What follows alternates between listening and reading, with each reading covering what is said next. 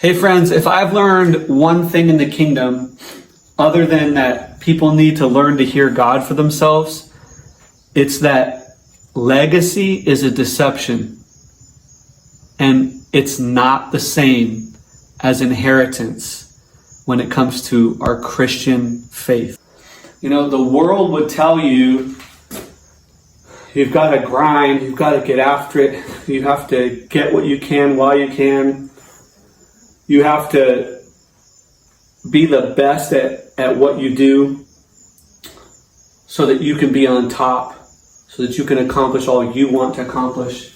A lot of that goes against what Jesus and what the Bible actually trains us to do, teaches us to do. A lot of times we know this.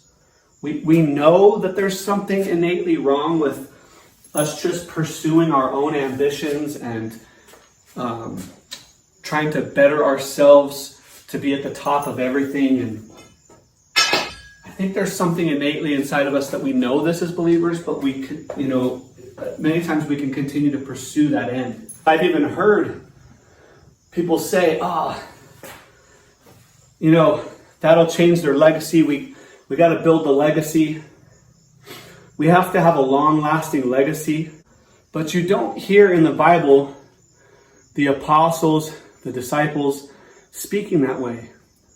We hear things from the Apostle Paul like, I have to build the foundation upon what Christ did. And so in the end, what is legacy? Let's define it. One definition is an amount of money or property left to someone in a will. My grandmother died and unexpectedly left me a small legacy.